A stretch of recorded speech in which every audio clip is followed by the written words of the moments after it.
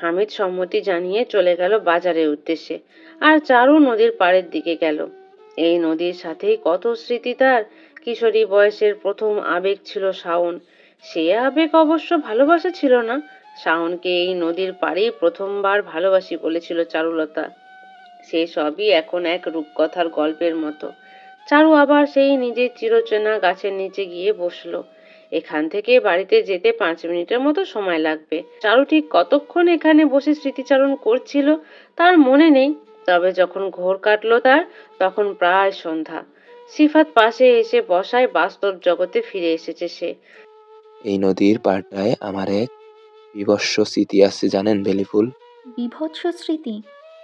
হ্যাঁ, আমার স্ত্রী প্রথমবারের মতো সেদিন এখানে কাউকে বলেছিল সে তাকে ভালোবাসে। ভালোবাসার স্বীকার করার প্রতি উত্তরে সামনে থাকা ব্যক্তিটিও তাকে প্রথম ঠোঁটের স্পর্শ এঁকে দিয়েছিল কপালে। আমি নিজ চোখে দেখেছিলাম। তখন অবশ্য কোনো কষ্ট হচ্ছিল না আমার। আমি তখন জানতাম না এই মেয়েটি আমার বউ হতে চলেছে। 15 বছরের সেই কিশোরীর প্রতি আমার সেদিন অন্যরকম কোনো ভাবনা ছিল না, কিন্তু এখন মনে পড়তেই বুঝতে পারছি সেটি সত্যি আমার জীবনের বিভৎস এক স্মৃতি। জানা জানা দেখলেই বোধহয় আমি একজন সুখী মানুষ হতে পারতাম বেলিফুল। চারু অবাক বিস্ময়ে তাকায় সিফাতের দিকে। সিফাতের শূন্য দৃষ্টি নদীর উপর। সিফাত কিছুকাল গ্রামে ছিল, কিন্তু চারু আর শাওনকে একসাথে এভাবে সে দেখেছে সেটা জানতো না চারু। আপনি সেদিন আমাদের দেখেছিলেন? হুম, অবশ্য সেটা দেখে আমি আর দাঁড়াইনি, আপনাদের স্পেস দিয়ে চলে গেছিলাম। তখন যদি জানতাম এই মেয়েটা আমার বউ হবে, তাহলে বোধহয় টেনে হিচড়ে হলেও আপনাকে আমার সাথেই নিয়ে চলে যেতাম। কারো হিংস্র খাবার শিকার হতে দিতাম না আপনাকে, না নাজিমুদ্দিনের, আর না সেই তথাকথিত অজ্ঞাত বসের, আর না আপনাকে আমি শাওনের ভালোবাসা পেতে দিতাম। আমি না চারুর মোবাইলে দেখছিলাম দুইজন একসাথে ছবি তোলা যায়। আপনি আমার সাথে ছবি তুলবেন? ফাতেমার অতিরিক্ত উচ্ছ্বসিত হয়ে বলা কথাটায় প্রচন্ড বিরক্ত হলো হামিদ। দামি ফোনে ছবি তোলা যায়, নর্মাল ফোনে না। এমনি ছবি তুলতে হলে ক্যামেরা লাগে। এই গ্রামে আমি ক্যামেরা কই পামু? চারুর মোবাইল দিয়া তুলি। চারু তো আমাগো মানা করবো না। তোমার চেহারাটা দেখেছো আয়নায়? এমনিই কালা, আবার ছবি তুলতে চায়। কি বাজে দেখা যাইব ধারণা আছে তোমার? ফাতেমা মুখ কালো হয়ে গেল। হামিদের সাথে স্মৃতিস্বরূপ সে ছবি তুলতে চাইছিল, কিন্তু হামিদ আবারও অপমান করলো তাকে। হামিদকে সে জীবনে দিয়েও ভালোবাসলেও হামিদ তাকে ভালোবাসে না।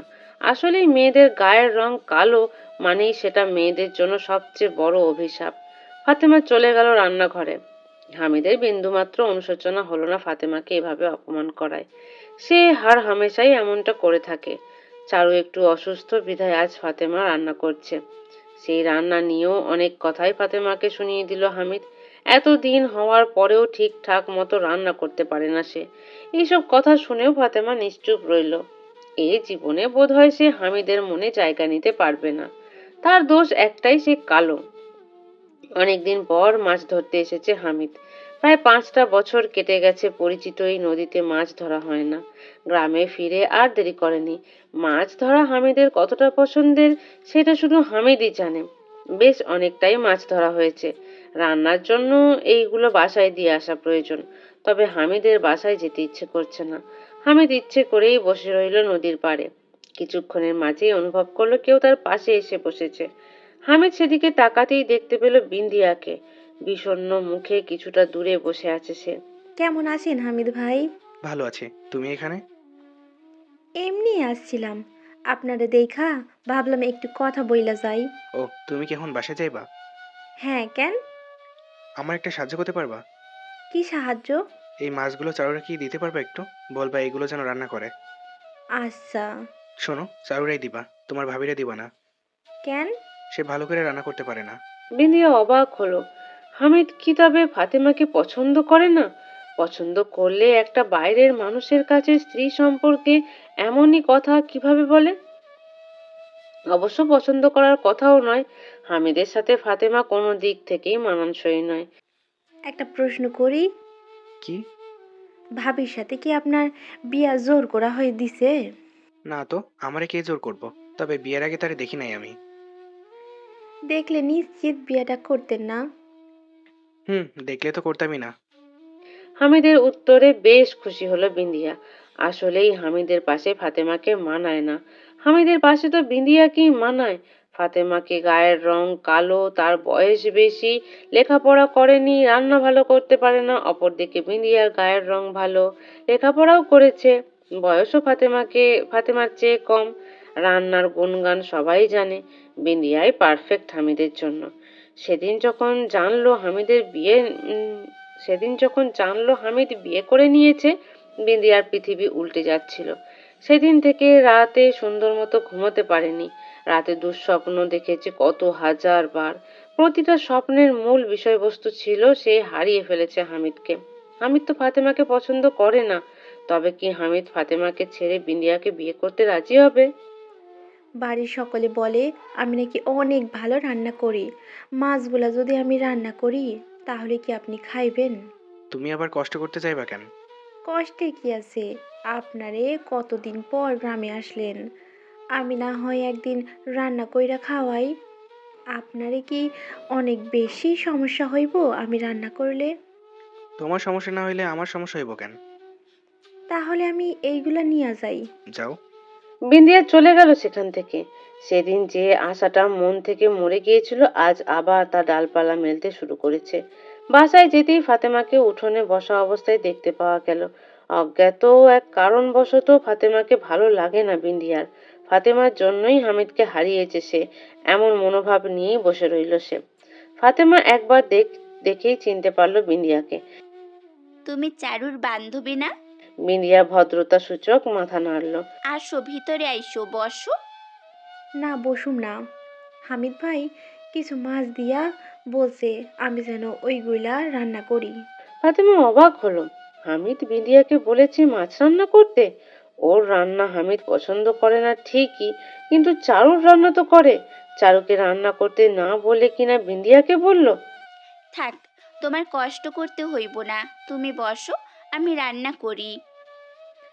না, হামিদ ভাই বইলা দিছে আপনারে যেন রান্না করতে না দেই। আপনারে রান্না খাইলে তার রুচি নষ্ট হইয়া যায়। বিন্দিয়া কিছুটা বাড়িয়ে বলল। দরজা দিয়ে প্রবেশকালীন কথাটা চারুর কানে পৌঁছতেই তার ভ্রু কুঁচকে গেল। হামিদ বিন্দিয়াকে এখন এই সবও বলতে শুরু করেছে। চারুর প্রচন্ড রাগ হলো হামিদের উপর, রাগ হলো বিন্দিয়ার উপরও। হামিদ বিবাহিত জেনেও বিন্দিয়া কিভাবে তার পিছনে পড়ে আছে? কই আগে তো বিন্দিয়া এমন ছিল না। বিন্দিয়া, চারুর সম্বোধনে তার দিকে ফিরে তাকালো বিন্দিয়া। হ্যাঁ, বল। মাছগুলো রেখে এখানে আয়। কেন? রান্না করতে দেরি হইয়া যাব তো। হামিদ ভাই বলছে সে বাড়ি ফিরা। বিন্দিয়া, আমি তোকে মাছগুলো রেখে এখানে আসতে বলেছি। মাছ ভাবি রান্না করে নেবে। তার স্বামীর কথা তাকেই ভাবতে দে, তোর না ভাবলেও চলবে। কিন্তু হামিদ ভাই আমারে রান্না করতে বলছে। বিন্দিয়া, তুই আমাদের বাড়ির মেহমান। মেহমানরা কাজ করে না এখানে। তুই আমার সাথে আয় রুমে। কিন্তু চারু। চারু আর কোনো কথা শুনলো না বিন্দিয়ার। বিন্দিয়াকে হাত ধরে টেনে নিয়ে গেল ঘরে, আর ফাতেমাকে বলল মাছ রান্না করে ফেলতে। বিন্দিয়া, তুই দূর থেকে এসেছিস, এক গ্লাস পানি খেয়ে নে। খামু না পানি। চারু, হামিদ ভাই কিন্তু সত্যি তোর ভাবিরে রান্না করতে মানা করছে। রান্না করার দায় তোর না বিন্দিয়া। একদিন করলে কি হয়? দেখ, আমি সরাসরি বলছি, আমি জানি আমার ভাইকে তুই পছন্দ করিস। যেমন তেমন পছন্দ নয়, খুব বেশি পছন্দ করিস। কিন্তু সে এখন বিবাহিত, তার একটা মেয়ে আছে। মেয়েকে ভাইয়া তার জীবন দিয়ে ভালোবাসে, তার সুখের একটা সংসার আছে। তুই সেই সংসারটা নষ্ট করবি না প্লিজ। তোর সুন্দর একটা জীবন আছে, তুই তো আমার বান্ধবী, আমি চিনি তোকে। তুই তো এমন নয় বিন্দিয়া। তবে এখন কেন তুই অন্য একজনের সংসার ভাঙতে মরিয়া? একজনের সুখ নষ্ট করে কি আদেও সুখী হওয়া যায়? এক মেয়ের সংসার ভেঙে তার সংসারে জায়গা করে নিতে যাওয়ার মতো এতটা বিকৃত মস্তিষ্ক তো তোর নয় বিন্দিয়া। তবে কেন করছিস এমন? বিন্দিয়া হঠাৎই কান্নায় ভেঙে পড়ল। সে অন্যায়ের উপলব্ধি করেছে, কিন্তু সেই বা কি করতে পারে? এতটা বছর ধরে হামিদের জন্য অপেক্ষা সে করেছে। হামিদকে কেন্দ্র করে কত স্বপ্ন সে দেখেছে। এখন কিভাবে ভুলে যাবে হামিদকে? কান্না করছিস কেন তুই? আমি তারে ছাড়া কেমনে থাকুম চারু? আমি তো সবসময় শুধু তারেই চাইছি। তারে ছাইড়া বাঁচা থাকা কি সম্ভব আমার পক্ষে? তোর ভাই কেন বিয়া কইরা নিল? কেন করবে না? সে কি তোরে কথা দিয়েছিল সে তোকে ছাড়া কাউকে বিয়ে করবে না? কিন্তু আমি তো তার জন্য অপেক্ষা করছিলাম। সে তাই নিশ্চয়ই আমার ভাইয়ের নয়? তোর আমার জন্য কষ্ট হইতাছে না চারু? সত্যি বলতে হচ্ছে না।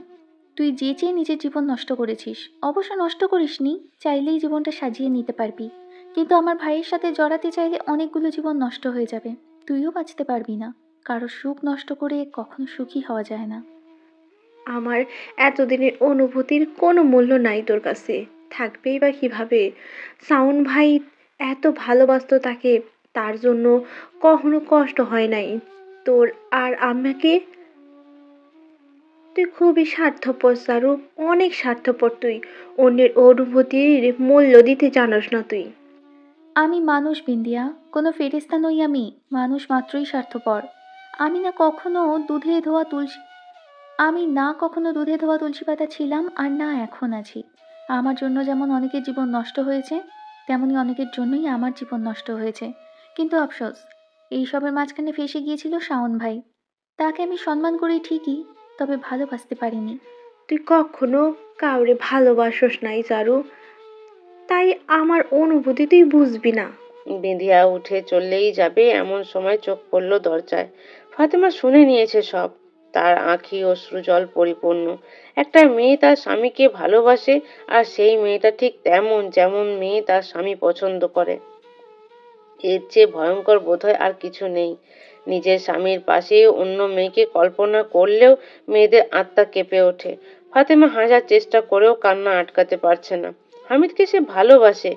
কিভাবে হামিদকে অন্য কারোর সাথে দেখবে? না, হামিদ কখনো এমন করবে না, করতে পারে না। হামিদ হয়তো ফাতেমাকে ভালোবাসে না, কিন্তু ফাতেমাকে সে ঠকাবে না, কখনোই না। আমি যদি মইরা যাই তাইলে কি আপনি আবার বিয়া করবেন? করবো না কেন? আমার বয়স তো মাত্র 23, তাও পুরোপুরি হয় নাই এখনো। আমি কি সারা জীবন একা থাকবো? কয়দিন পর বিয়া করবেন? যতদিন না কবরের মাটি শুকায়। মাটি শুকাইলে মায়া দেখা শুরু করুম। এইবার আর আগের মতো ভুল করুম না। আমি চারুরে বলমু যেন প্রতিদিন আমার কবরে পানি দেয়, তাইলে আমার কবর কোনো দিন শুকাইব না। হামিদ অদ্ভুত দৃষ্টিতে ফাতেমার দিকে তাকালেও পরক্ষণেই উচ্চস্বরে হেসে উঠল। তাই নাকি? তাহলে তো আর আমার বিয়ে করাই হইব না। হুম। আচ্ছা, আমি বাইচা থাকতে কি আপনি আবার বিয়া করবেন? তুমি বেঁচে থাকলে বিয়ে করুম কেন? করবেন না তো? না। সত্যি? মেজাজ খারাপ করবে না আমার। আমার কোনো প্রেমিকা নাই যে বউ রেখা বিয়ে করতে যাবো। তাছাড়া আমার শরীরে নাজিমুদ্দিনের রক্ত থাকলেও আমার চরিত্র তার মতো না। হামিদের উত্তরে ফাতেমা যেন অনেকাংশ নিশ্চিত হলো। হামিদ সচরাচর কখনো মিথ্যে বলে না। হামিদ যেহেতু বলেছে বিয়ে করবে না, তার মানে সত্যিই বিয়ে করবে না। আমার একটা আবদার রাখবেন? কি আবদার? আমার একটু জড়াইয়া ধইরা ঘুমাইবেন? আমার শরীরে কারোর স্পর্শ লাগলে আমি ঘুমাইতে পারি না। আমি ঘুমাই আইলে না হয় ছাইড়া দিয়েন, এখন একটু ধরেন। কি হয়েছে তোমার? কিচ্ছু হয় নাই। আমার অনেক ভয় লাগে, মনে হয় আপনি একটু দূরে গেলেই আমি আপনারে হারাইয়া ফেলিমু। তাই সব সময় আপনার কাছে থাকতে ইচ্ছে হয়। আপনি আমারে ভালো না বাসলেও আমি আপনারে সত্যি অনেক ভালোবাসি। এখন বুঝবেন না, কিন্তু যখন থাকবো না তখন বুঝবেন। কই যাইবা? হয়তো মইরা যামু। হায়াত মইতে কথা তো বলা যায় না। ভাবতেই কষ্ট লাগলে আমি মরলে আপনি আবার বিয়া করবেন। পরকালে কেউ আল্লাহর কাছে আপনার ভাগ চাইবো। হ্যারিকেনের মৃদু আলোয় হামিদ ফাতেমার দিকে তাকালো। চোখে মুখে নিদারুণ উদাসীনতা। মেয়েরা মৃত্যুর পরেও স্বামীর ভাগ কাউকে দিতে নারাজ। এই প্রথমবার ফাতেমার জন্য মায়া লাগলো হামিদের। ফাতেমার আবদার রাখতেই হামিদ এক হাতে জড়িয়ে ধরল তাকে। ভালোবাসার মানুষটির সান্নিধ্য পেয়ে ফাতেমাও নিশ্চিন্তে ঘুমিয়ে পড়ল। ফাতেমা জানে হামিদ তাকে ভালোবাসে না, কিন্তু তাও ভালোবাসার মানুষটির বুকে কতটা আরাম, কতটা প্রশান্তি। এই শোনো না, প্রতিদিন ভালোবাসার নতুন নতুন গল্প পেতে ও শুনতে চাইলে আমাদের আলোর ডায়েরি চ্যানেলটি সাবস্ক্রাইব করে পাশে থাকা বেল আইকনটি বাজিয়ে দিও, কেমন? শোনেন, আপনি ওই মাইয়ার সাথে আর কথা বলবেন না। কোন মাইয়া? চারুর বান্ধবী বিন্দিয়া। কেন, কি হয়েছে? ওই মাইয়া আপনারে পছন্দ করে। তো কি হয়েছে? একজন মানুষ আরেকজন মানুষকে পছন্দ করব, সেটাই স্বাভাবিক। ওই মাইয়া আপনারে আমার কাছ থেকে কাইরা নিতে চায়, আপনারে পাওয়ার স্বপ্ন দেখে। আপনি ওর সাথে আর কথা কইবেন না। আমারে ছাড়া যদি আপনি কোনো মাইয়ার দিকে তাকান, তাইলে যেন আপনার চোখ অন্ধ হইয়া যায়। দরকার হইলে অন্ধ স্বামী নিয়া আমি সারা জীবন পার করমু। কি সব আজেরা কথা বলতেছ? ও তো চারুর বান্ধবী। আমি জানি, সব জানাইয়া বলতাছি। হামিদ ভ্রু কুঁচকে ব্যাপারটা বোঝার চেষ্টা করলো। ফাতেমার কথায় ঠিক কতটা সত্যতা আছে? তোমার কথা ভুল হইতেছে না তো? দেখেন, এত কথা আমি কইতে পারমু না। আপনি আর ওর সাথে কথা কইবেন না। লতা ঘুম থেকে উঠেছে? কথা বদলাইতেছেন কেন? কই বদলাইলাম কথা? অনেকক্ষণ যাবত তো দেখতেছি না, তাই দেখতে ইচ্ছে করতেছে। ও চারুর কাছে আছে, পুতুল আর লতাকে নাস্তা করাইতেছে। আমি দেখে আসি। হামিদ আর সেখানে দাঁড়ালো না। খুব অস্বস্তি হচ্ছিল এসব শুনতে। বিন্দিয়াকে নিয়ে কখনো তার মনে আলাদা কোনো ভাবনা ছিল না, এখনো নেই। ফাতেমার সাথে এই বিষয় নিয়ে কথা বলতে ইচ্ছে হচ্ছিল না বিধায় এভাবে উঠে চলে এলো। লতা আর পুতুল মোটামুটি চারুর গলায় ঝুলে আছে, কিন্তু খেতে চাইছে না। দুজনকেই চারু বকে বকে খাওয়াচ্ছে, তবে চারুর ধমকে দুজনের একজনেও ভয় পেতে দেখা গেল না। আমার আম্মাজান কি করে?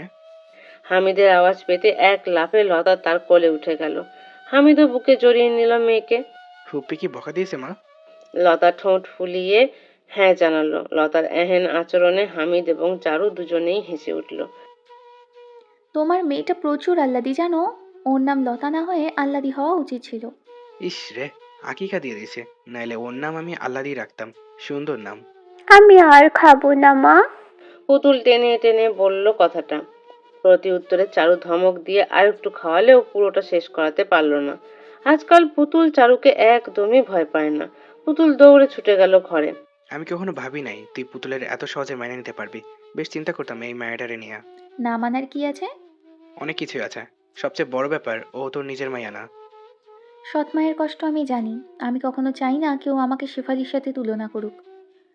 ওর দায়িত্ব এখন আমার, আর আমি সর্বোচ্চ দিয়ে সেই দায়িত্ব পালন করব। আমি ওকে একটা সুন্দর ভবিষ্যৎ দিতে চাই। তোর আর ভবিষ্যৎ? সেই কবে যে এইচএসসি দিলি, আর কোনো খবরই নাই তোর পড়াশোনার। মেডিকেলে অ্যাপ্লাই করব ভাবছি। কোনোদিন একটা অক্ষরও পড়তে দেখলাম না। মেডিকেল পড়া এত সহজ না, সবাই চান্স পায় না। আমি না পারলে আমার মেয়ে পড়বে। বাহ, মেয়ের প্রতি অনেক ভালোবাসা জন্মাইছে দেখা যায়। সত্যি বলতে আগে ছিল না জানো। শুধু কর্তব্যবোধ থেকে সবটা করেছি। একদিন প্রচুর ঝড় হচ্ছিল, সাথে বজ্রপাত। পুতুল বজ্রপাতের শব্দে খুব ভয় পায় সেটা আমি জানতাম না, তাই ওকে ঘরে বসিয়ে আমি চলে গেলাম রান্নাঘর। এমন সময়েই খুব জোরে বজ্রপাত হতেই পুতুল মা মা বলে চিৎকার করে উঠল। আমি দৌড়ে গেলাম ঘরের দিকে। আমাকে পেয়ে শক্ত করে সেদিন মেয়েটা আমাকে জড়িয়ে ধরেছিল। সেদিন বুঝেছিলাম এই মেয়েটার কাছে আমি সত্যিই একটা ভরসার জায়গা। মাকে তার সন্তান যতটা ভরসা করে, এই মেয়েটাও আমাকে ঠিক ততটাই ভরসা করে। এরপর আর পারিনি তাকে দূরে সরিয়ে রাখতে। স্কুলে যখন প্যারেন্টস মিটিং হলো, মেয়েটা অতিরিক্ত উচ্ছ্বাস নিয়ে আমাকে সবার কাছে নিজের মা হিসেবে পরিচয় দিল। সেদিন তার চোখে মুখে থাকা খুশি দেখেই বুঝেছিলাম আমাকে পেয়ে ঠিক কতটা খুশি সে। এরপরও তাকে দূরে সরিয়ে রাখা সম্ভব হয়নি। মেয়েটা আমাকে প্রচণ্ড ভরসা করে আর একই সাথে ভালোবাসে। কেন আমি জানি না। তার প্রতি এত অনুরাগ আমি দেখাইনি, কিন্তু তার অনুরাগে আমি তাকে ভালোবাসতে বাধ্য হয়েছি বলা চলে। মা মানেই একটা নিরাপত্তা, একটা নির্ভরযোগ্য আবাসস্থল। এই সময় একটা মেয়ের তার মাকে কতটা প্রয়োজন হয় আমি সেটা জানি। মায়ের মাধ্যমে আমার যে ঘাটতিটা মায়ের মাধ্যমে আমার যে ঘাটতিটা পূরণ হয়নি, আমি সর্বোচ্চ চেষ্টা করি সেই ঘাটতি যেন পুতুলের মাঝে না আসে। এই বয়সেই মেয়েরা সবচেয়ে বেশি হয়রানির শিকার হয় পুরুষ শাসিত সমাজে, আর বেশিরভাগ ক্ষেত্রেই সেটা নিজের আপন মানুষের দ্বারা। শুনতে ঘৃণার হলেও সত্য যে বাবা, ভাই, মামা, কাকা, বাবার খুব ভালো বন্ধু এই ধরনের আপন মানুষের কাছেই আজ মেয়েরা সুরক্ষিত নয়। তোমার মনে আছে আমাকে যখন হাসপাতালে নিয়ে যেতে আমার অবস্থা খুবই খারাপ ছিল? জামাল হোসেন ঠিকঠাকভাবে চিকিৎসা করায়নি আমার। তুমি পরবর্তীতে ডক্টর দেখিয়েছিলে। সেখানে গাইনি চেম্বারে যাওয়ার পর আমি এক মেয়েকে দেখেছিলাম যে বাচ্চা নষ্ট করতে এসেছিল। ভেবেছিলাম ভেবেছিলাম বাচ্চাটা তার বয়ফ্রেন্ডের, কিন্তু কিছুক্ষণ কথাবার্তার পর জানতে পারলাম বাচ্চাটা তার নিজের বাবার। সেদিনই প্রতিজ্ঞা নিয়েছিলাম আমি যদি সেদিনই প্রতিজ্ঞা নিয়েছিলাম আমার যদি কখনো কোনো মেয়ে হয় আমি তাকে সর্বোচ্চ নিরাপত্তা দেব। আমার মেয়ে যার কাছে যেতে অস্বস্তি বোধ করে তার কাছে কখনোই আমি আমার মেয়েকে যেতে দেব না। সেটা যদি তার নিজের বাবা হয় তাও না। আমার মেয়ের সবচেয়ে ভালো বন্ধু হব আমি, যার সাথে সে নিঃসংশয়ে সব বলতে পারবে। মা আমাকে সবসময় বুঝলেও তার সাথে আমার বন্ধুত্বপূর্ণ সম্পর্ক গড়ে ওঠেনি, কারণ সমাজ। মা আমাকে সবসময় বুঝলেও তার সাথে আমার বন্ধুত্বপূর্ণ সম্পর্ক গড়ে ওঠেনি, কারণ সমাজ। মা প্রচণ্ড সমাজ রক্ষা করতে চাইতো, তাই সে সকল ক্ষেত্রে আমাদেরই শাসন করত, আমাদের দোষ না থাকলেও করত। আমি এসব সো কল্ড সমাজ ব্যবস্থা মানি না। আমার মেয়ে যেখানে দোষ করেনি সেখানে এক বিন্দুও শাস্তি আমি তাকে দেব না। সে দোষ করলে অবশ্যই শাস্তি পাবে, তবে নির্দোষ হলে তার জন্য নিজের সর্বোচ্চ দিয়ে লড়াই করব আমি। জানো, এখন আমার এক মুহূর্তের জন্য মনে হয় না এই মেয়েটা আমার নিজের মেয়ে নয়। শেষ কয়েকটা দিন আমার মনে হয়েছিল স্বামী সন্তান নিয়ে আমি যথেষ্ট সুখী আছি। আমার আর কাউকে চাওয়ার নেই, কিচ্ছু চাওয়ার নেই। দুনিয়ার সর্বোচ্চ সুখ আমি আমার এই ছোট্ট সংসারেই পেয়ে গেছি। সেই সংসার নিয়ে কেন থাকলি না চারু? কেন এইভাবে জীবনটা বিপদে ফেলতেছস? তোর বা শিপাত ভাইয়ের কিছু হইলে এই মেয়েটা কি হইব ভাবতে পারতেছস? কেন, তুমি আছো না? তুমি দেখবে না আমার মেয়েটাকে? অবশ্যই আমি দেখবো, কিন্তু মা বাপের অভাব কি আদৌ কেউ পূরণ করতে পারে? এই লড়াইয়ে আমার জীবন যাবে এমনটা কেন ভাবছো তুমি? হতে পারে আমরা বেঁচে গেলাম আর এই নরপিশাচরা শাস্তি পেয়ে গেল। সেটা হইলেই তো ভালো হয়, কিন্তু তারা তো আর সাধারণ মানুষ না। তাদের শাস্তি দেওয়া কি এতটাই সহজ? বাদ দাও তাদের কথা, ভালো লাগছে না। তোমরা তো কিছুই করলে না, এখন যা করার আমাকেই করতে হবে। কি করবি? সেইটা না হয় তুমি নাই জানলে। ভাবিকে একবার গ্রামটা ঘুরিয়ে দেখিও তো। আমি যেতাম কিন্তু সময় করতে পারছি না। না, আমি যাবো না। ওরে নিয়ে যদি আমি রাস্তায় বের হই, সবাই অবাক হয়ে তাকায় থাকে। কেউ কেউ তো গায়ের রং নিয়ে কটু কথাও বলে। আমার খুব আত্মসম্মানী লাগে আমার এমন কালো বউ। কালো কি আল্লাহ বানায়নি? বানাইবো না কেন? অবশ্যই আল্লাহ বানাইছে। সব মানুষের ভিন্ন রুচিবোধও আল্লাহ বানাইছে। আমার কালা পছন্দ না। এইটাই তো আল্লাহর দেওয়া। এইটা নিজের ব্যক্তিগত মনোভাব। যাক, সেসব বাদ দাও। তোমার মেয়েটা কিন্তু দারুণ মিষ্টি। হুম, ঠিক বলছস। দেখলেই পরাণ জোড়ায়া যায়। এখন থেকেই রূপচর্চা করা শুরু করে দাও। বড় হলে কিন্তু অনেক মেয়েই কালো হয়ে যায়। রূপচর্চা করলেই ন্যাচারাল স্কিন থাকে নাকি? কালো হয়ে যায় যদি, তখন তো মেয়েকে তুমি ভালোবাসবে না। কালো মেয়েকে ভালোবাসবে বলো? পাগল হয়েছিস তুই?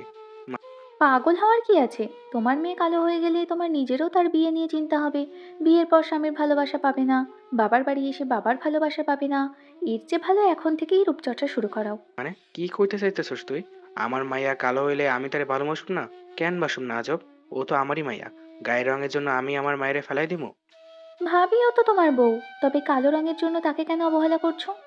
তুই ওর সাথে আমার মায়ের তুলনা করতেছস? কেন করব না? তোমার মেয়ে যেমন তোমার কাছে আদরের, ভালোবাসার, তেমনি ভাবিও তার বাবা মায়ের কাছে আদরের। আরে ধুর, ওরে কেউ ভালোবাসে না। বাপের বাড়ি গেলেও ২ দিনও টিকতে পারে না। ও থাকলেও কারো কিছু যায় আসে না, ও না থাকলেও কারো কিছু যায় আসে না। যায় আসে, যায় আসে। ভাবি না থাকলে কারোর অনেক কিছু যাবে আসবে। এর ভিতরে যাচ্ছি না আমি। তুমি নিজের মেয়েটাকে দেখো। মা ছাড়া একটা মেয়ে কতটা অসহায় তা তোমরা ছেলেরা কল্পনাও করতে পারবে না। প্রতি পদে পদে সে বিপদে গেলেও তাকে ঠিক করার কেউ থাকবে না। আমার মাইয়া আমার সবচেয়ে বেশি ভালোবাসে। মা না থাকলেও অনায়াসে আমার কাছে কোনো সমস্যা ছাড়াই থাকতে পারবো। সম্পূর্ণ ভুল ধারণা নিয়ে থাকছো তুমি। তোমার স্ত্রীকে তোমার প্রয়োজন না হলেও সবচেয়ে বেশি প্রয়োজন তোমার মেয়ের। আমার ব্যাপারটাও একবার দেখ। সব মানুষেরই নিজের বউ নিয়ে একটু এক্সপেকটেশন থাকে। আমারও ছিল। আর স্বাভাবিকভাবে আমি সুন্দর বউ চাইছিলাম। হ্যাঁ, আমি যদি অসুন্দর হইতাম তাহলে হয়তোবা আমি এমন করতাম না। কিন্তু আমার তো কোনো দিক দিয়ে কম নাই। তবে আমি কি এমন কিছু ডিজার্ভ করি? সৃষ্টিকর্তাই উত্তর সৃষ্টিকর্তাই উত্তম পরিকল্পনাকারী। তিনিই তোমার ভাগ্য ভাবির সাথে জুড়ে দিয়েছিলেন। তুমি নিশ্চয়ই তার থেকে বেশি বোঝো না? হ্যাঁ, এক্সপেকটেশন থাকতেই পারে। স্বাভাবিক, সবারই এক্সপেকটেশন থাকবে। কিন্তু তাই বলে সে এক্সপেকটেশন যে পূরণ হবে তেমন তো কোনো কথা নেই। এই স্বাভাবিক বিষয়টা কেন মানতে পারছো না তুমি? আমি তো চেষ্টা করতেছি। আমি কি কখনো কোনো কিছুতে তারে কষ্ট দিছি? ভালো খাইতে দেই, পড়তে দেই, সবই তো দেই। একটা মেয়ে তার স্বামীর কাছে শুধু খাওয়া পড়ার জন্য আসে না, মানসিক শান্তিও চায়, ভালোবাসাও চায়। খাওয়া পড়ার অভাব হয়তো সে কষ্ট হলেও পূরণ করতে পারবে, কিন্তু ভালোবাসার অভাব সেটা কখনোই পূরণ করতে পারবে না। ভাবি হতে পারে কালো, কিন্তু তার ভেতর যে স্বচ্ছ ভালোবাসাটা আছে সেটাই পৃথিবীর সবচেয়ে পবিত্র ভালোবাসা। দুনিয়ার সব ভালোবাসা একত্রিত করেও তুমি সে ভালোবাসা কিনতে পারবে না। অনেক সুন্দর মেয়ে তুমি বিয়ে করতে পারো, অনেক সুন্দর মেয়ে তুমি বিয়ে করতে পারো, কিন্তু তুমি যে ভালোবাসা পাবে তার নিশ্চয়তা নেই। এখন ভালোবাসা পাচ্ছ তাই অভাবটা অনুভব করতে পারছো না। ভালোবাসা ছাড়া মানুষ কখনো বাঁচতে পারে না। সারা উঠোন জুড়ে পায়চারি করছে সিফাত। হাতে বেশ ভালো একটা মুঠোফোন, তবে চোখে মুখে বিরক্তি। চারু অনেকক্ষণ যাবত লক্ষ্য করে যাচ্ছে তাকে। এক পর্যায়ে আর সহ্য করতে না পেরে বলেই ফেলল, সমস্যা কি আপনার? সারা উঠোন জুড়ে এভাবে পাইচারি করছেন কেন? পাইচারি কি সাধে করছি? নেটওয়ার্কের অবস্থা একেবারে যাতাতাই। কারোর সাথে যোগাযোগ হচ্ছে না আমার। সেটাই কি স্বাভাবিক নয়? আপনি তো জানতেনই এখানে কোনো প্রকার উন্নত প্রযুক্তি পৌঁছয়নি। 19 শতকের মতো গ্রাম। 6 বছরেও এমন অবস্থা হবে সেটা ভাবিনি। গ্রামের উন্নতির চেষ্টাই করা হয় না, উন্নয়ন হবে কিভাবে? সবাই কোথায় বলুন তো? কাউকে দেখা যাচ্ছে না। ভাইয়া ভাবিকে আর লতাকে নিয়ে গেছে গ্রাম দেখাতে। আর পুতুলের বার্গার খেতে ইচ্ছে করছে, কিন্তু এই গ্রামের আশেপাশের কোনো গ্রামে বার্গার আছে কিনা সন্দেহ। তাই হিমেল তাকে নিয়ে কোনো বার্গার স্টল খুঁজতে গেছেন। হিমেল কতবার বলেছিল, তুমি বাচ্চা মেয়ে, এত দূর যেতে হবে না, তুমি এখানেই থাকো, আমি নিয়ে আসবো। কিন্তু মেয়ে তার কথা শুনলে তো এক প্রকার কান্নাকাটি করে চলে গেল। আজকাল মেয়েটা ভীষণ জেদি হয়েছে। এই রোদে কোথায় কোথায় ঘুরছে কে জানে। আপনি কিছু খাবেন? জোর করে থাকছি সেটাই কত।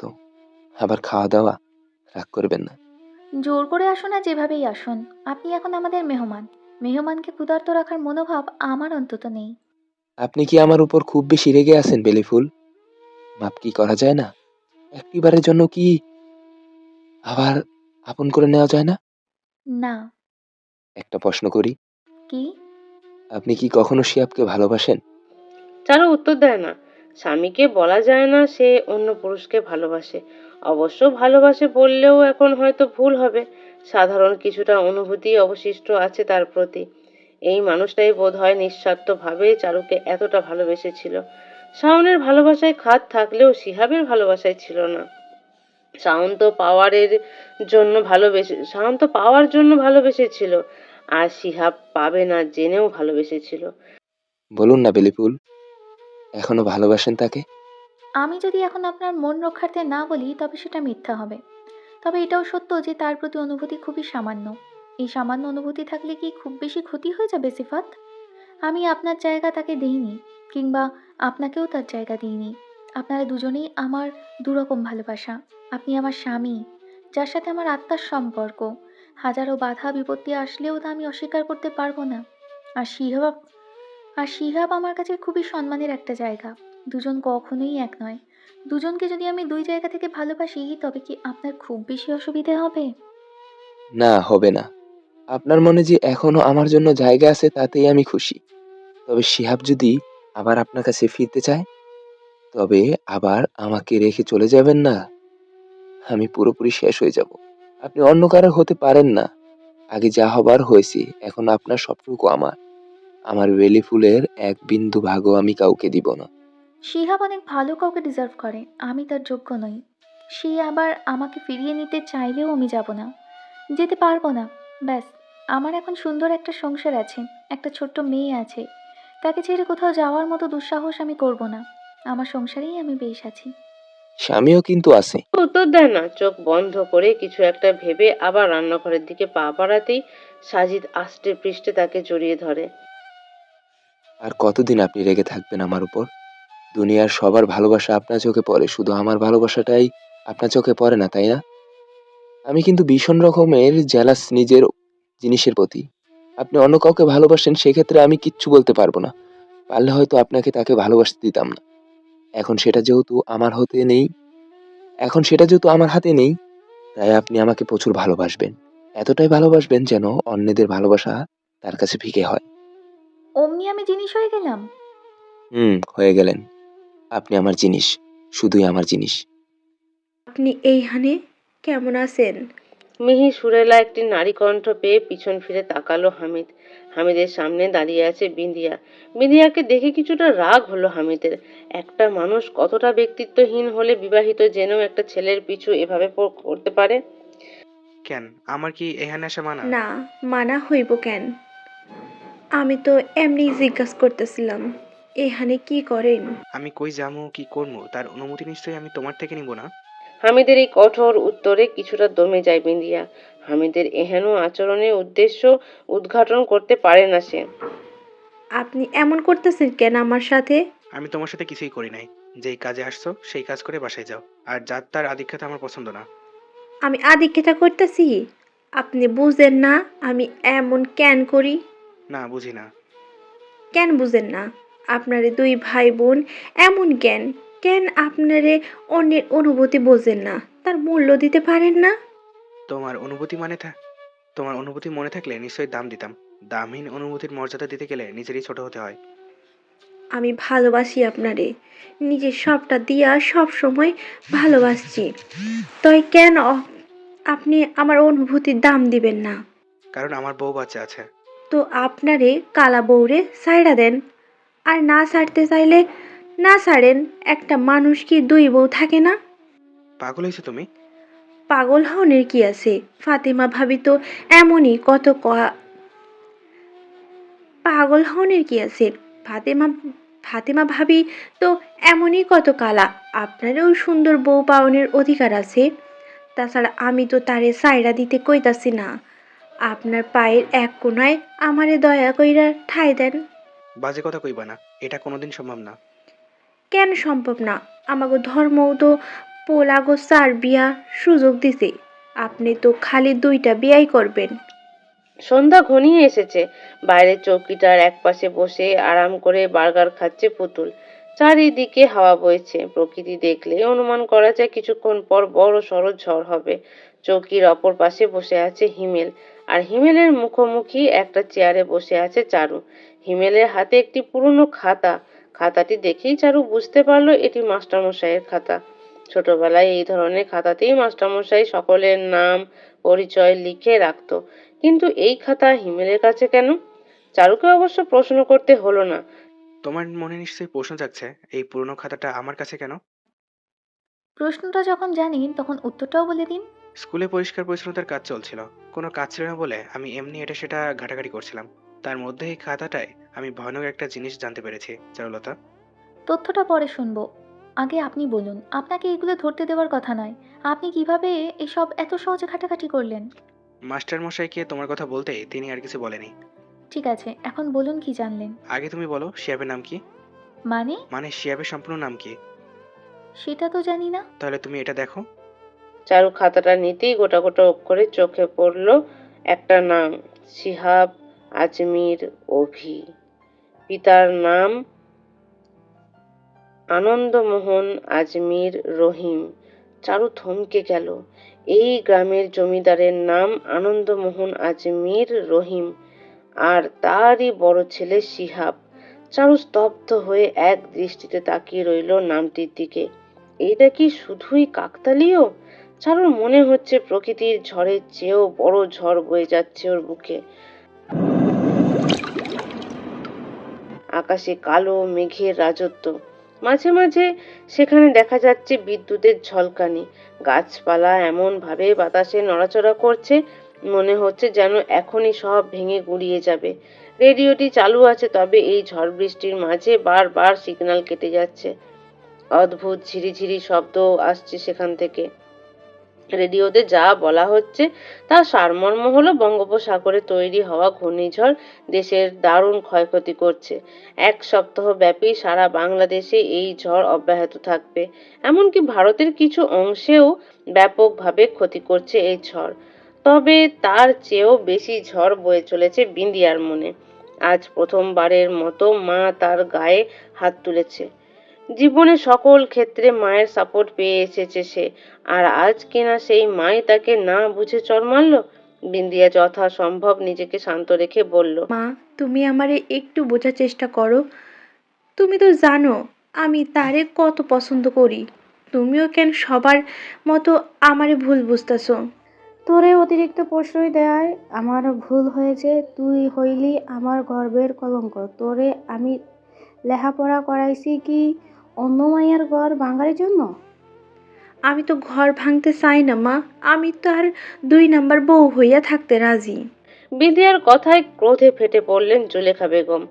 একটা মাত্র মেয়ে হওয়ায় মেয়েকে খুব ভালোবাসতেন তিনি। যখন জেনেছিল তার মেয়ে হামিদকে পছন্দ করে, তিনি অমত করেননি। হামিদের জন্য অপেক্ষা করতে চাইলেও তিনি দ্বিমত করেননি। মেয়ের সুখকেই তিনি অগ্রাধিকার দিয়েছেন, কিন্তু তাই বলে মেয়ের এমন অধঃপতন হবে তা তিনি কল্পনাও করতে পারেননি। সে কিনা হামিদের দ্বিতীয় বউ হয়েও এখন থাকতে রাজি। নিজের মেয়ের কোনো দুর্বলতা তিনি খুঁজে পেলেন না, যার কারণে তিনি মেয়েকে হামিদের দ্বিতীয় বউ করে ঘরে পাঠাবেন। তাছাড়া একটা মেয়ের সাজানো সংসার তার মেয়ে নষ্ট করবে, সেটাও তিনি মানতে পারছেন না। আমার কথাটা শোনো মা, হামিদ ভাই এমনিও তার বউরে একদম পছন্দ করে না। আমি যদি তার বউ হইয়া যাই তাতে কোনো সমস্যা হইব না। হয়তো পারে সে তার আগের বউরে সাইরা দেয়। মুখুরি অলক্ষী এক মাইয়ার ঘর ভাঙতে চাইয়া আমার কাছে সাপাই গাইতে আসছস? তোর মতো মাইয়া আমার কাছে ভাবলেই আমার নিজের উপর ঘৃণা হয়। তুই গলায় কলসি বাইন্দা নদীতে ঝাঁপাইয়া পড়। এমন মাইয়ার দরকার নাই আমার। বিন্দিয়ার মা কথা আর বাড়াতে দিলেন না। তিনি নিজের ঘরে গিয়ে দরজা বন্ধ করে দিলেন, আর বিন্দিয়া বারান্দায় একটা কোণায় পড়ে রইল। ঘরে যেতে ইচ্ছা করছে না। আজ মাও তার থেকে মুখ ঘুরিয়ে নিল। বিন্দিয়ার ভাবতেও অবাক লাগে, সে একজন কালো মেয়ের কাছে হেরে গেল। একটা কালো মেয়ে হামিদকে অধিকার করে নিল, কিন্তু তার রূপ, গুণ, যৌবন সব থাকার পরেও সে হামিদকে পেল না। কি আছে ওই কালো মেয়ের মাঝে? অসম্ভব। দুনিয়া উল্টে গেলেও হামিদকে সে নিজের করেই ছাড়বে, যে করেই হোক না কেন। চারু এখনো এক দৃষ্টিতে তাকিয়ে আছে নামটির দিকে। শিহাব আজমির অভি, এমন বিষাক্ত লাগছে কেন নামটাকে? শিহাব। নাজিমুদ্দিনের ভাষ্যমতে বস চারুর পরিচিত, কিন্তু তাই বলে শিহাব? কি হলো, চুপ করে রইলে কেন? এইটা মোটেও ভয়ঙ্কর কিছু ছিল না। এইটা শুধুই কাকতালীয়। অভি তো সকলের কাছে সুবহান নামে পরিচিত, তবে সেখানে শিহাবের নাম অভি না হয়ে সুবহান হতো। চারু খাতাটা বন্ধ করে দিয়ে বেরিয়ে গেল উঠোন থেকে। আরে, এই ঝড় বৃষ্টির মাঝে তুমি কোথায় যাচ্ছ চারুলতা? হিমেলের ডাক কিংবা প্রশ্নের কোনো জবাব দিল না চারু। চুপচাপ সে চলে গেল পুকুর পাড়ে। শরীরে কাঁটা দিয়ে ওঠা ঠান্ডা পানিতে গলা অবধি নেমে গেল সে। মন খারাপ হয়ে গেল পুকুর পাড়ে। দিঘির পাড়ে গিয়ে বসে থাকে হর হামেশাই, তবে এভাবে নেমে পড়েনি কখনো। হিমেলকে কিছু একটা বলে সান্ত্বনা দিয়ে আসলেও চারুর মন মানতে চাইছে না। শিহাবের চোখে যে ভালোবাসা দেখেছে, মানুষ মিথ্যা বলতে পারে, কিন্তু মানুষের চোখ কিভাবে মিথ্যা বলে? শিহাব যদি সেই তথাকথিত বশ হয়, তবে চারু কিভাবে লড়বে তার সাথে? শিহাব এতগুলো মানুষের জীবন নষ্টের জন্য দায়ী, এটা কিছুতেই চারু মানতে পারছে না। এখানে নিশ্চয়ই কিছু একটা রয়েছে। চারু ঠিক কতক্ষণ এভাবে পুকুরের জলে ডুবেছিল সে নিজেও জানে না। সেই সজ্ঞানে আসে সিফাতের ধমকে। এইভাবে এইভাবে এই সময় পুকুরে ডুবে থাকার কারণে প্রচুর রেগে আছে সে। চারু আর তার রাগটা বাড়িয়ে দিল না, চুপচাপ উঠে এলো সেখান থেকে। সমস্যা কি আপনার? এই সময় পুকুরে নেমেছেন কেন? গোসল করতে। এই সময়ে? চারু উত্তর দেয় না। সিফাত খুব শক্ত করে চারুর হাত ধরে তাকে বাড়ির দিকে টেনে নিতে থাকে। চারুর হাতে একটু ব্যথা লাগলেও সে উচ্চবাক্য করল না। সিফাত প্রচন্ড রেগে আছে তার উপর। শুনুন, বলুন। আমি একজন হুজুরের সাথে কথা বলেছি। কোন বিষয়ে? বাবার সৎ ছেলে কি বিয়ে করা জায়েজ কিনা, তার উত্তর কিন্তু ছিল না। মানে আপনি শিহাবকে বিয়ে করতে পারবেন না। আপনি এমন একটা ভাব করছেন যেন মনে হয় আমি তাকে বিয়ে করার জন্য মুখিয়ে আছি। যাই হোক, এই বিষয়ে ভিন্ন মতভেদ আছে। আমি সেসব দিকে যেতে চাইছি না, কারণ সেসব মূল্যহীন। মোট কথা, আমার অবর্তমানেও আপনি অন্য কারোর হবেন না বেলিফুল। আপনি সারা জীবন আমার বাগানেই সুবাস ছড়াবেন। অন্য কারোর বাগানে আমার বেলিফুল আমি একদম সহ্য করব না, বলে দিলাম। বেশ কিছুদিন যাবৎ আপনি খুবই পসেসিভ বিহেভ করছেন সিফাত। আগে কখনো দেখিনি এমনটা। আগে তো আপনাকে আমি ভালোবাসতাম না। এই কি জাদু করলেন বলুন তো আমাকে? আমি এখন আপনাকে ছেড়ে কিছু ভাবতেই পারি না। প্রচুর জেলাসিও হয় আপনাকে কাউকে আপনার সাথে দেখলে। এমনকি আপনি বিশ্বাস করবেন না, মাঝে মাঝে যখন আমি ভাবি আপনি হামিদকে অনেক ভালোবাসেন, আমার চেয়েও বেশি ভালোবাসেন, তখন আমি হামিদের প্রতিও জেলাস হই। আমার মনে হয় তার উচিত না আপনার পাশে থাকা। মানে আপনি ভাবতে পারছেন, আপনার পাশে আমি আপনার বড় ভাইকেও সহ্য করতে পারি না। কি পরিমাণ জেলাসি আমার ভিতর ঢুকে গেছে। আমার মতো ভদ্রসভ্য ছেলেকে কি বানিয়ে দিচ্ছেন আপনি বেলেফুল? চারু অবাক বিস্ময়ে তাকিয়ে রইল সিফাতের দিকে। শেষ পর্যন্ত সে হামিদকে নিয়েও জেলাস? এই রকম ছেলে বোধ হয় দুনিয়ায় এক পিসি আছে। এভাবে তাকাবেন না। শুনুন ভালো করে। আমি থাকি আর না থাকি আপনি আমার। যদি অন্য কারোর হওয়ার কথা চিন্তাও করেন, আপনার মুখে যেন ব্রণ ওঠে। অভিশাপ দিচ্ছি, স্বামীর অভিশাপও কিন্তু খুব লাগে। কী সব উল্টোপাল্টা কথা বলছেন সিফাত? ঠিকই বলছি বেলিফুল, আপনি আমাকে বুঝবেন না। কি বুঝবো না? আপনি আর আমি, আমরা দুজনেই এক জোড়া সুখ পাখি। আমাদের দুজনের মিলন পথে বাধা হয়ে দাঁড়িয়েছে বিশাল এক নদী। আমি বড়জোর ডানা ঝাপটে নদীর অর্ধেকটা পার হতে পারি, কিন্তু বাকি অর্ধেকটা তো আপনাকে এগিয়ে আসতে হবে বেলিফুল। আমরা দুজনেই যদি অর্ধেক অর্ধেক করে পাড়ি দেই, তবে আমাদের মিলন সন্নিকটে। কিন্তু আমি ডানা ঝাপটে অর্ধেক নদী পাড়ি দিলাম, কিন্তু আমার আহ্বানে আপনি সায় দিলেন না। চুপটি করে বসে রইলেন নদীর অপর প্রান্তে। তবে কি আমাদের মিলন আদৌ সম্ভব? বৃষ্টির কারণে রাস্তায় কাদার ছড়াছড়ি। দুই হাতে বাজারের ব্যাগ নিয়ে কঠিন বিড়ম্বনায় পড়ে গেছে হামিদ। কিছুক্ষণ আগে তো এক পা কাদার নিচে চলে গিয়েছিল, প্রায় হাঁটু অবধি। একটুর জন্য বাজারের ব্যাগ পড়তে পড়তে পড়েনি। সবচেয়ে বেশি ঝামেলা হচ্ছে বাজারের জন্যে। সাথে কাউকে নিয়ে আসলে বোধহয় ভালো হতো। কেমন আছেন হামিদ ভাই? মেয়েলি কণ্ঠের আওয়াজে পিছন ফিরে তাকায় হামিদ। মেজাজটা প্রচন্ড খারাপ হচ্ছে তার। এমন ব্যক্তিত্বহীন মেয়ে আজ অবধি দেখেনি সে।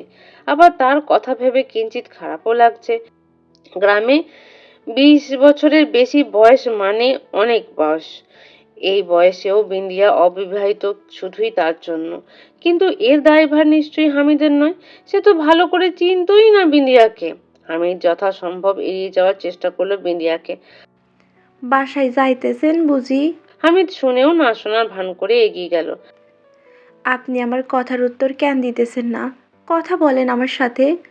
একটা মায়া মানুষের সাধারণ লজ্জাবোধ থাকা উচিত বিন্দিয়া। তুমি কেমন মায়া যে সাধারণ আত্মসম্মানবোধ লজ্জাবোধ কিছুই নেই তোমার মাঝে?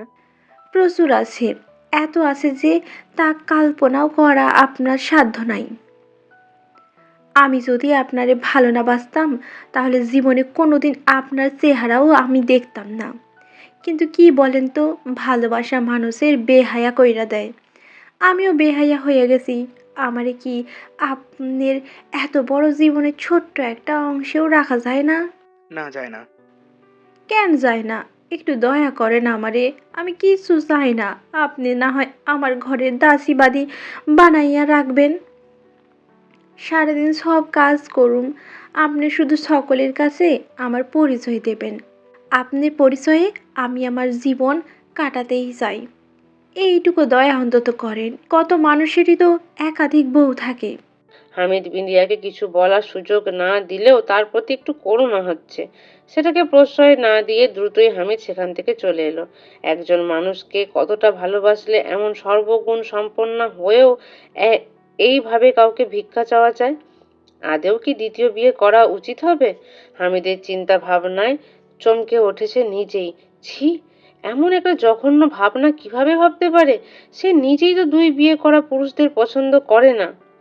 নিজেকে ধিক্কার দিয়ে সে এগিয়ে গেল সামনের দিকে। কিছুটা দূরে যেতেই দেখা গেল কাদের মিয়াকে। কাদের মিয়ারও 2 বউ। 2 বউকে নিয়ে একই সাথে থাকেন তিনি। আচ্ছা, 2 বই সম্পর্কে তাকে জিজ্ঞেস করলে কেমন হয়? আবারও নিজের জঘন্য চিন্তা ভাবনায় শিউরে ওঠে সে। কি হয়েছে তার? এই বিন্দিয়া তার মাথাটাই খারাপ করে দিচ্ছে। সুন্দরী মেয়ে, তার জন্য তো ছেলের অভাব হবার কথা নয়। তবে সে কেন হামিদের পিছনে পড়ে আছে?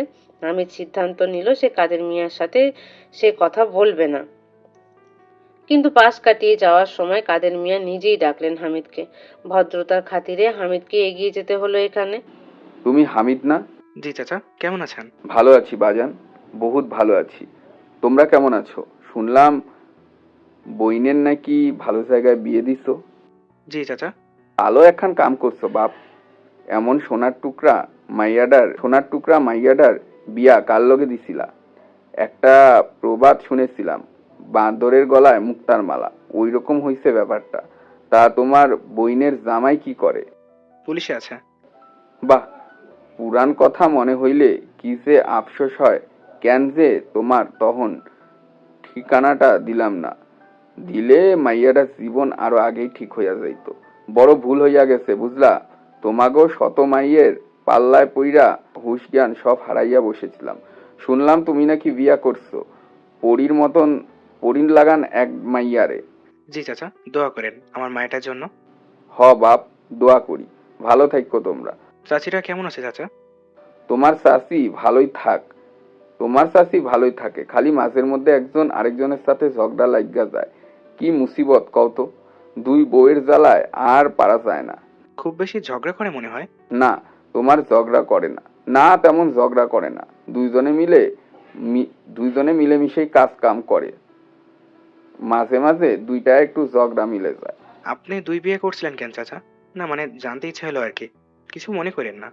আরে না না, আরে না না, তোমার বড় চাচির লগে বিয়া হওয়ার 5 বছর পরেও বাচ্চা কাচ্চা হইল না, দেখা তো তোমার ছোট চাচি বিয়ে করেছিলাম। বড় চাচি আপত্তি করে নাই? না করে নাই। বিয়ের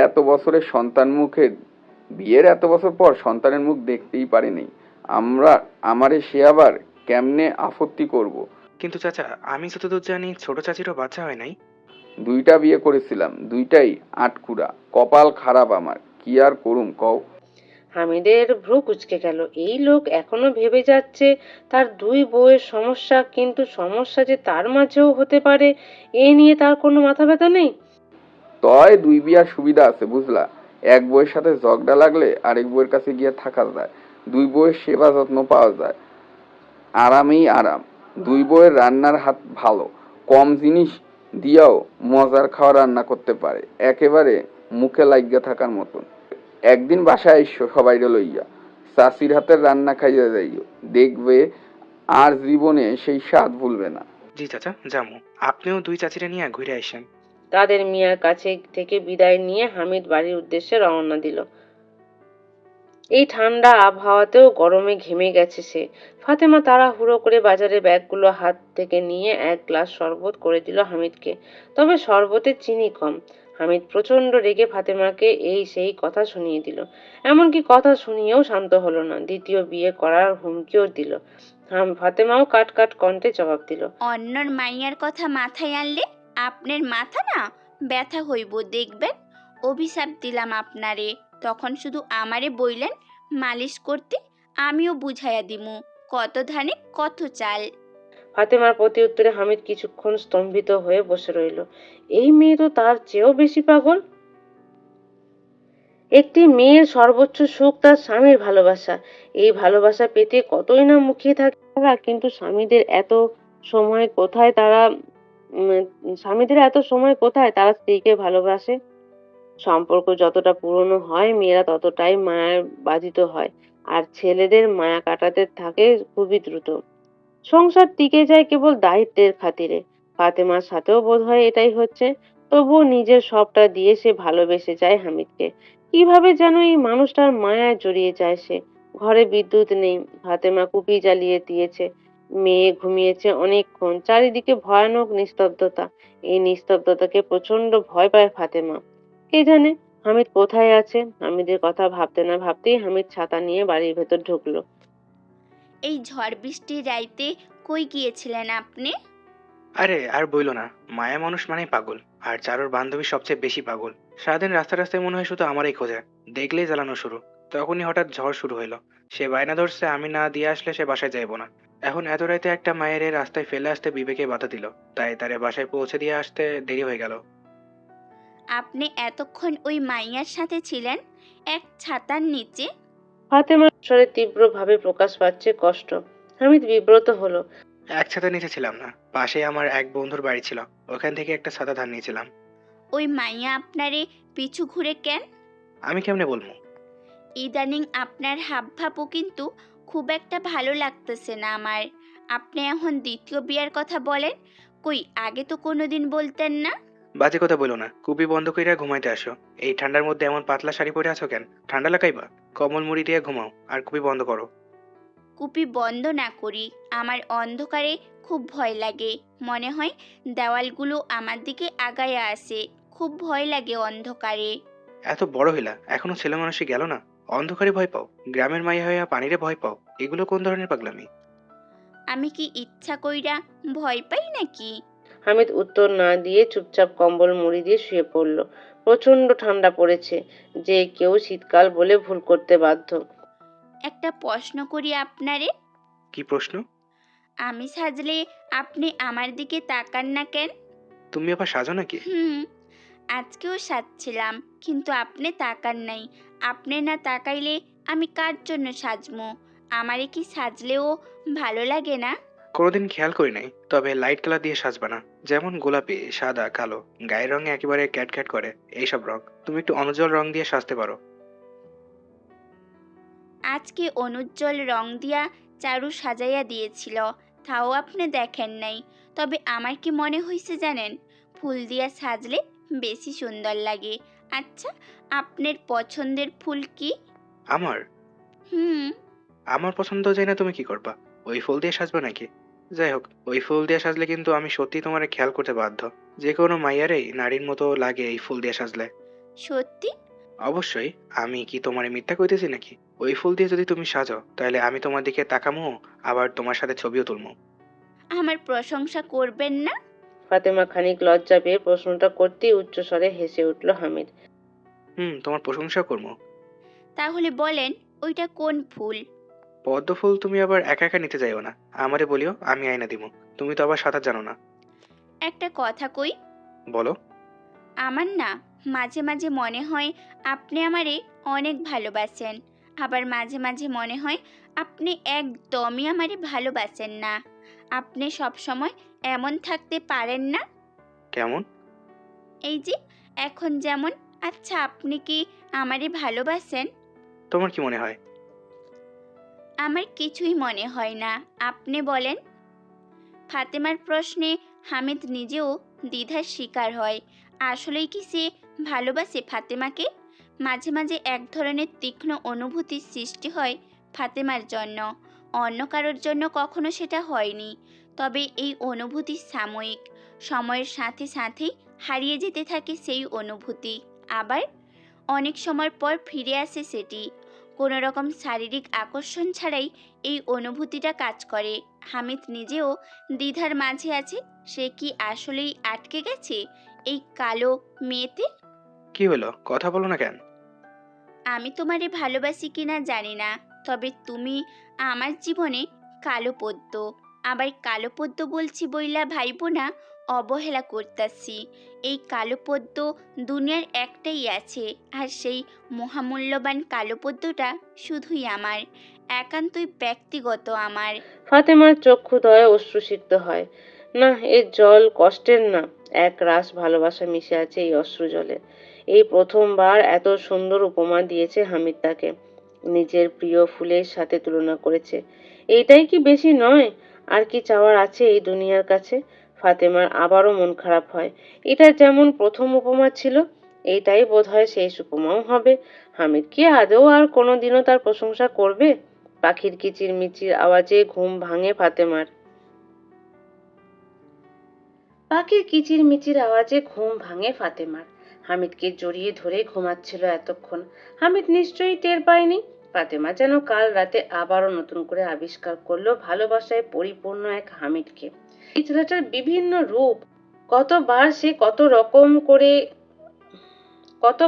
কত রকম আচরণ করে তা বোধহয় তার নিজেরও অজানা। তবে ফাতেমা প্রতিরূপেই ভালোবাসে হামিদকে।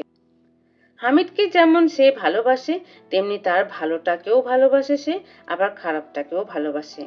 ভালো খারাপ মিলিয়েই তো মানুষ হয়।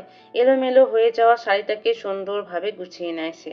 প্রতিবারই বিশেষ সময় কাটানোর পর হামিদের সামনে যেতে লজ্জাবোধ করে সে। এক সন্তানের মা হওয়ার পরেও সে লজ্জা এখনো অব্যাহত আছে। অপরদিকে হামিদের কোনো হেলদোলে নেই। ফাতেমা যে লজ্জা পাচ্ছে এইটাও সে বুঝতে পারে না। ভালোই হয়েছে বুঝতে পারে না। এই ছেলে যা জিনিস, বুঝলে নিশ্চয়ই ফাতেমাকে লজ্জা দিতে দিতে সে মেরে ফেলতো।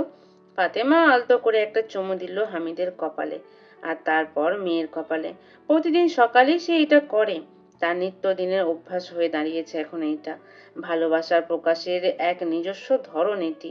এই ভালোবাসাটা বোধহয় চিরকাল অপ্রকাশিতই থাকবে। থাকুক না, অসুবিধা কি? সব ভালোবাসায় কি প্রকাশ পেতে হবে নাকি? ফাতেমা ধূসর রঙের একটি শাড়ি বের করে নিল। হামিদ বলেছে সে যদি পদ্ম ফুলে সাজে তবে হামিদ আরো প্রশংসা করবে। হামিদের পছন্দসই আজ আবার সাজবে সে। কলঘর থেকে গোসল করে নিয়ে পায়ে গাঢ় করে আলতা পরল, মুখে সামান্য পাউডার লাগিয়ে হালকা রঙের লিপস্টিক পরল, হাতে কাঁচের চুড়ি চারুর কাছ থেকে নিয়েছিল, চোখে গাঢ় করে আঁকা কাজল। নিজেকে দেখে মুগ্ধ হলো ফাতেমা। অবশ্য হামিদ কখনো হয়নি। এইবার ফাতেমা বেরিয়ে পড়ল পদ্মফুল খোঁজার উদ্দেশ্যে। সোনাদিঘির পাড়ে পদ্মফুল দেখেছিল সে। সোনাদিঘির রহস্য জানে না ফাতেমা। জানলে নিশ্চয়ই কাকডাকা ভরে সে সেখানে যেতে সাহস পেত না। দিঘিতে অনেক ফুল ফুটেছে, এত ফুল কেন? ফাতেমার জন্যই কি? তবে ফুলগুলো বেশ দূরে, আনতে ঝামেলা পোহাতে হবে। ফাতেমা কোথাও থেকে একটা গাছের ডাল জোগাড় করলো, যথাসম্ভব পানির থেকে দূরে থাকার চেষ্টা করলো সে। পানিতে বেশ ভয় তার। চারু বলেছিল ফাতেমার নাকি পানিতে ফোবিয়া আছে। ফোবিয়া কি তা জানে না ফাতেমা, কিন্তু কাউকে কখনো জিজ্ঞাসা করা হয়নি। তবে এই ফোবিয়ার কারণেই ছোটবেলায় ফাতেমার সাঁতার কাটা শেখা হয়নি। না, ফুলগুলো একটু বেশিই দূরে। ফাতেমা আরো 2 সিঁড়ি নেমে গেল। আর নামা যাবে না। এরপরই সিঁড়ি পানিতে নেমে গেছে এবং সে সিঁড়ি দারুণ পিচ্ছিল। একবার পা পিছলে গেলে সোজা উপরে। কিন্তু ফাতেমা হাজার চেষ্টা করেও একটা ফুল নিজের আয়ত্তে আনতে পারছে না। তবে কি সে ফিরে যাবে? ফাতেমা নিজ মনেই নিজেকে না বলল। মনে করলো হামিদের মুখ। হামিদ বলেছে পদ্ম ফুলে সাজলে হামিদ তার প্রশংসা করবে, তার সাথে ছবি তুলবে। হামিদের একটু প্রশংসা পাওয়ার লোভে ফাতেমা সব করতে পারে, সব। সাধারণ মানুষের কাছে বোধহয় এটা পাগলামি মনে হবে, কিন্তু ভালোবাসার মানুষটির কাছে প্রশংসা পাওয়া কতটা আনন্দের তা তারা উপলব্ধি করতে সক্ষম নয়। ফাতেমার মনে হচ্ছে হামিদের জন্য সে সব করতে পারবে, সব। ফাতেমা মনে সাহস নিয়ে এক পা এগিয়ে দিল সেই পিচ্ছিল সিঁড়িতে। এইবার কিছুটা ধরতে পারছে। আরেক সিঁড়ি নিচে নামলেই সহজেই সেটাকে হাতে পাওয়া যাবে। 2-3টা পদ্ম সহজেই হাতে চলে আসবে। ব্যাস, এই 2-3টা হলেই হয়ে যাবে ফাতেমার। আজও প্রচন্ড লজ্জা লাগবে তার হামিদের সামনে গিয়ে দাঁড়াতে। হামিদ যখন প্রশংসা করবে তখন বোধহয় সে খুশিতে পাগল হয়ে যাবে। উফ, কি লজ্জাজনক ঘটনা ঘটতে চলেছে। হামিদকে মনে করে আরেক পা এগিয়ে দিল নিচের সিঁড়িতে। এইবার ফুলগুলো ধরা যাচ্ছে। লাঠির সাহায্যে ফুলগুলো সামনে এনে অত্যন্ত খুশি হলো ফাতেমা। কিন্তু অসাবধানতাবশত ঝুঁকে ফুলগুলো নেওয়ার সময় হঠাৎই পা পিছলে গেল ফাতেমার। হামিদের ঘুম ভাঙলো সকাল 8টায়। লতা এখনো ঘুমিয়ে আছে, তবে ফাতেমাকে দেখা যাচ্ছে না। ফাতেমা বোধহয় নাস্তা বানাচ্ছে, তাই এমন কিছু ভাবলো না হামিদ। কলঘর থেকে হাত মুখ ধুয়ে রান্নাঘরে যেতেই দেখা গেল চারু না একাই নাস্তা বানাচ্ছে। কি রে, তোর ভাবি কই? ভাবি কই মানে? ঘরে নেই? আমি তো আরো ভাবলাম ভাবি ঘুমাচ্ছে, তাই আর ডাকিনি। না, ঘরে তো নাই। বোধহয় আছে আশেপাশে কোথাও। কেন, তোমার কি কিছু লাগবে? না, এমনি জিজ্ঞেস করতেছিলাম, নাস্তা হয়েছে? বসো, আমি খেতে দিই। ভাবির সাথে কয়েকজন প্রতিবেশীর বেশ সখ্যতা গড়ে উঠেছে, তাদের কোথাও আছে হয়তো। মায়া মানুষ আড্ডা পাইলে আর সারার নাম নাই। কে জানে কার বাসায় গেছে, কখন আসবো। চিন্তা করো না, চলে আসবে। চারু আসবে বললেও দুপুর গড়িয়ে যাওয়ার পরেও ফাতেমা এলো না। হামিদের রাগ দুশ্চিন্তায় রূপ নিতে লাগলো। এই গ্রামে তো মেয়েটা তেমন কিছু চেনেও না, তবে কোথায় গেল? চারু আর হামিদ ঠান্ডা মাথায় খুঁজতে বের হলো ফাতেমাকে। আশেপাশে সকল জায়গা দেখলেও ফাতেমাকে পাওয়া গেল না। বিকেল হতেই সকলের মাঝে অস্থিরতা দেখা যেতে লাগলো। সকলেই জানে ফাতেমা খুব বোকা ধরনের একটা মেয়ে। সে কোথায় যেতে পারে? সকলে মিলে খোঁজাখুঁজি শুরু করলো তাকে। গ্রামবাসীরাও কোথাও তাকে দেখেনি। চারু প্রথমে ব্যাপারটা গুরুত্ব না দিলেও এখন বেশ চিন্তা হচ্ছে তার। ভাইয়া, দিঘির পাড়গুলো দেখেছো? ও পানিতে ভয় পায়, দিঘিতে যাইবো কেন? আমার মাঝে মাঝে মন খারাপ হলে আমি দিঘির পাড়ে বসে থাকি। হয়তো ভাবেও গেছে, কিন্তু আরে কিসের কিন্তু, দেখে আসতে তো সমস্যা নেই। গ্রামে 3টা দিঘি, একটা পুরুষদের, একটা মহিলাদের আর একটা সোনা দিঘি। ওখানে কেউই যায় না। হামিদ ও চারুও 2টা দিঘি দেখে ফাতেমাকে পেল না। সকলে যখন সোনা দিঘির পাড়ে পৌঁছায় তখন সন্ধ্যা। সূর্য প্রায় পশ্চিমে হেলে পড়েছে। সোনা দিঘি পদ্ম ফুলে পরিপূর্ণ। এরই মাঝে প্রস্ফুটিত আছে এক কালো পদ্ম। সেই নতুন পদ্মকে দেখে হামিদের নিঃশ্বাস বন্ধ হয়ে আসছে। এ কি দেখছে সে? দিঘির জলে কালো পদ্ম? হামিদের একান্ত ব্যক্তিগত কালো পদ্ম? এই শোনো না, প্রতিদিন ভালোবাসার নতুন নতুন গল্প পেতে ও শুনতে চাইলে আমাদের আলোর ডায়েরি চ্যানেলটি সাবস্ক্রাইব করে পাশে থাকা বেল আইকনটি বাজিয়ে দিও, কেমন? মেঘে ঢেকে আছে সম্পূর্ণ আকাশ। আকাশ বাতাসের কান্নার ধ্বনি। ফাতেমার বাড়ির লোকেরাই কান্না করছে, অথচ বেঁচে থাকতে কেউ কখনো কোনো খবর নেয়নি তার। হামিদের কালো পদ্মের গায়ে আজ সাদা কাফন। হামিদ বলেছিল সাদা নাকি কালো গায়ের রঙে মানাবে না, কিন্তু ফাতেমাকে মানাচ্ছে। কি ভীষণ শুভ্র লাগছে তাকে। নিষ্পাপ পবিত্র কালো পদ্ম আজ সাদায় ঢেকে গেছে। হামিদ স্তব্ধ হয়ে বসে আছে চৌকিতে। এখনো যেন বিশ্বাস হতে চায় না তার, কেন সে পদ্মের নাম মুখে এনেছিল।